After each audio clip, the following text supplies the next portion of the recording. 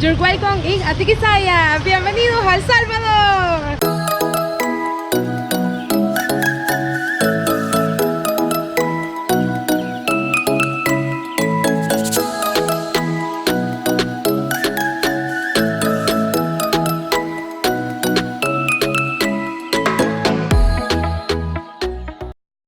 So we've got the bus back to Ahuachapan and we are just chilling in the square which is near the hotel that we are staying at.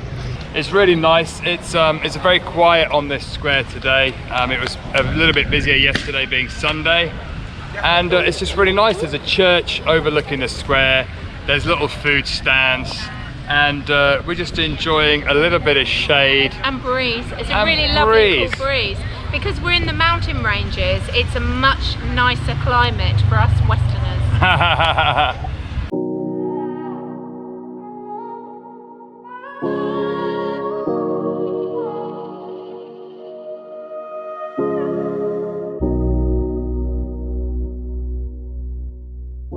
So we're here just in front of the Ascension Church, which was built around the time of 1880. And what another magnificent building. And Edwin was explaining to us about all the carpenters that would have come over on the ships from Spain and the woodworking. And I, for one, certainly really appreciate the wooden doors and the woodwork involved. They are magnificent. The carving is just beautiful.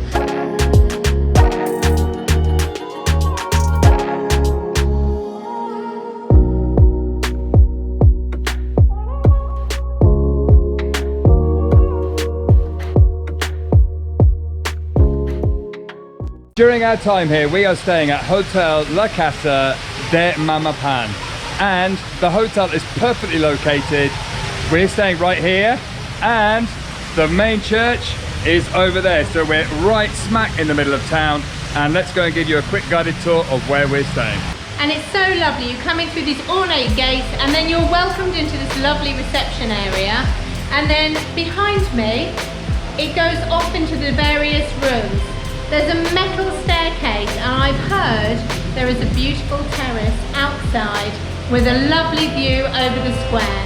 So let's have a look. Well, it's called Casa San Jose, and it does not disappoint. It's a lovely, quiet, calm area overlooking the church next door, and you can just feel that lovely, cool breeze.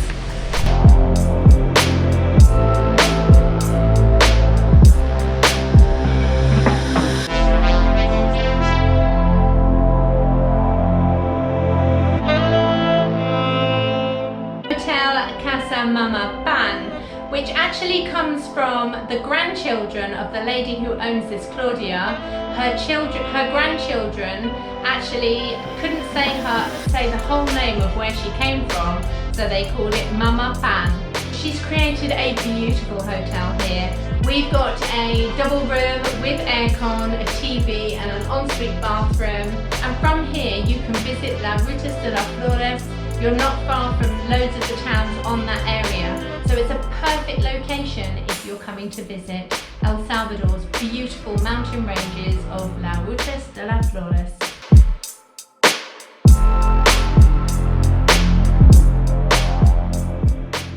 We have arrived in the town of Atiquizaya, and today we are going to go and visit some ruins, a hot spring and a waterfall. Oh, how exciting! If all goes according to plan, which I'm sure, as always, it will. So we've met up with Edwin and Katy, our friends from EC Tours, and a couple of lovely ladies from the local town hall here, and we're off to go to have a look at a finka. And our ride's here. We're off in a tuk-tuk. Buenos dias!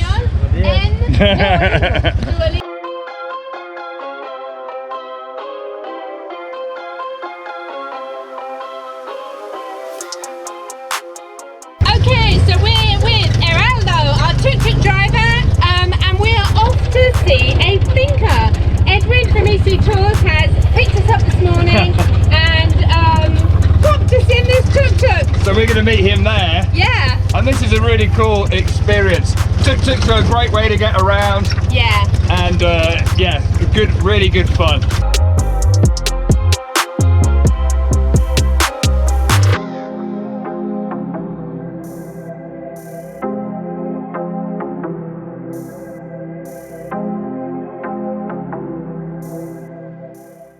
We've come down to Hacienda San Antonio, Atiquizaya, Atiquizaya, and it is possibly one of the most beautiful locations we have visited.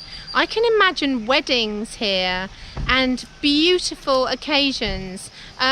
Just behind me there is actually a natural river that's coming down, and it's flowing into this massive pool where they actually have a fish farm. The flowers and the gardens here are absolutely spectacular, and as you can see behind me, it's a glorious day.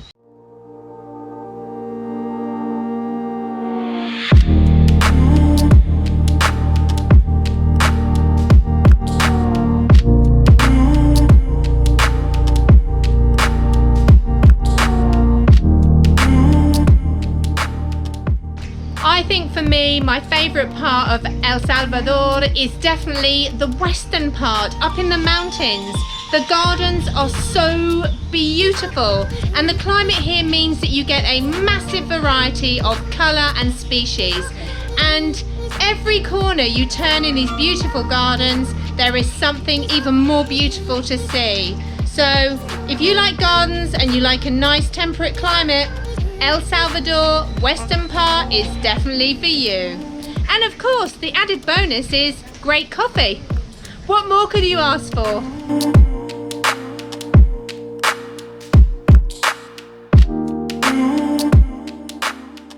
We're walking around this beautiful hacienda, and we've just walked past the dairy area, and it's so nice. All the animals here are well looked after, well fed, loved. It's so nice to see all the animals having a great time too. Then this building behind me here is actually one of the old colonial buildings, which is over 100 years old. Amazing. We've just come up to the cow relaxation area. Before these cows go down for milking, they come up to this lovely area, which is a massive barn, open air, with fans that they put on if there's no wind. Currently there's a lovely breeze coming through, and the cows come here to relax before they go for milking, so that the milk is better quality. And on the tags where you would ordinarily have the number of the cow, they actually have names, not numbers here. That's so sweet. So after another short tuk-tuk ride, we've left the farm and we've arrived at this destination, and we're just waiting for the guys to arrive in the car. Hola! Hola! Now we are in Ahuachapan waterfalls. Oh! Yes, It's very good. So we're going to see if they're clean because it's been raining. We're crossing fingers to see if we see, if the water's good. Clean. Okay. We're off to find a waterfall.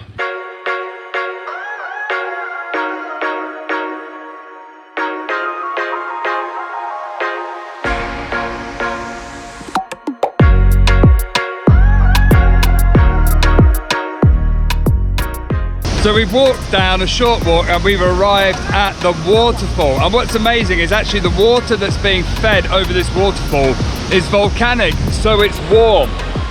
The colour of the water is a little bit muddy at the moment because it's the beginning of rainy season and they have had some heavy rains, which has made the water, otherwise normally during the dry season it would be beautiful and clear. To be honest, I would still get in there. It's a hot sure. day and it's so beautiful.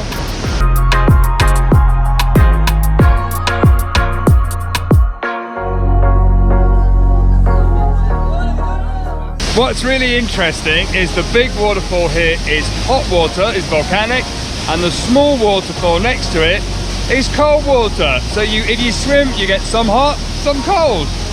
And above the cold waterfall is actually a pool that you can go in, which is nice and cold water to cool off. And apparently, I'm not going to try it, but apparently people do jump from here into the pool below. So to test the temperature of the water, there is only one way to do it. I've been told it's very hot, and to be honest, the rocks are really hot and burning my bum. Oh, it is hot. Oh, that's a volcanic spring. It's hot. It's surprising how hot it actually is. It's the same temperature as a bathtub, definitely. This is already mixed with rainwater, so when it comes out of the source, it must be really hot. So this part of El Salvador is actually on the volcanic range, which runs along the country. And so you can see lots of volcanic action from the volcanoes like Santa Ana. You can see hot waterfalls, hot pools, hot springs. Hot springs, that's right. And the weather's hot. So everything in El Salvador is hot. Including the tour guide. Including the tour guide. That was really cool to go and see. And now we're back in our tuk-tuk and we're heading back to the town. We're in a tuk-tuk from Atiquizaya. Yeah.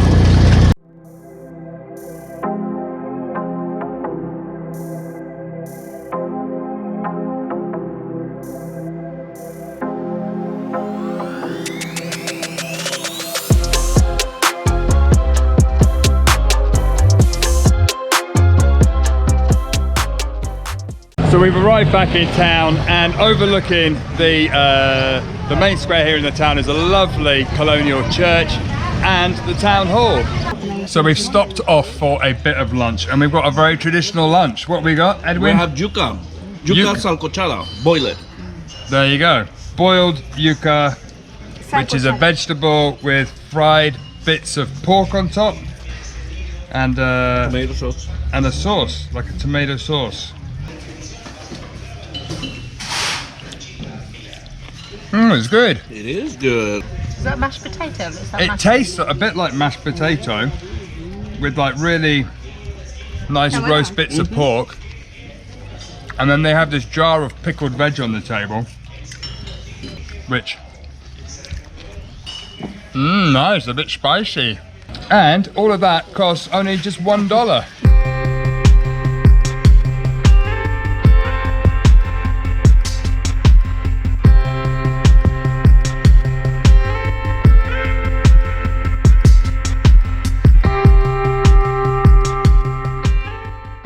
So we have come down to possibly the biggest and the oldest Mayan site here in El Salvador. Yes, that's right. And it's the Tazumal. And for sure is the oldest and is the biggest site on the region of El Salvador. Amazing. And it looks, check this out, how cool does that look?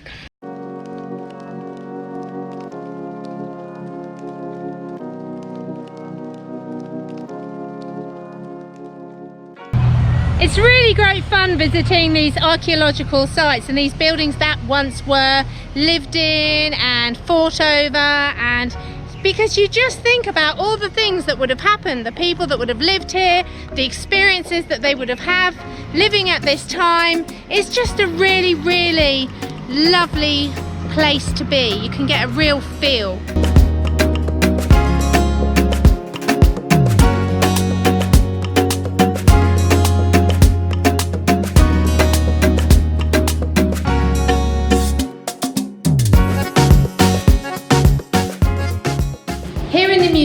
There are examples of some of the pieces of pottery and artifacts that they found whilst doing the dig. There are at least another 20 buildings or structures in this area alone, and this is where all these artifacts have been found. So if you are a leader of the Mayan people, what would you wear? What would your accessories look like? They would look something like this, and the jade that is used for the necklaces and the adornments actually would have come from Guatemala. That's what the area is famous for, and there would have been some kind of trading, and that's how they would have got their jade. And the tree just outside is called an amate tree. How beautiful is that tree?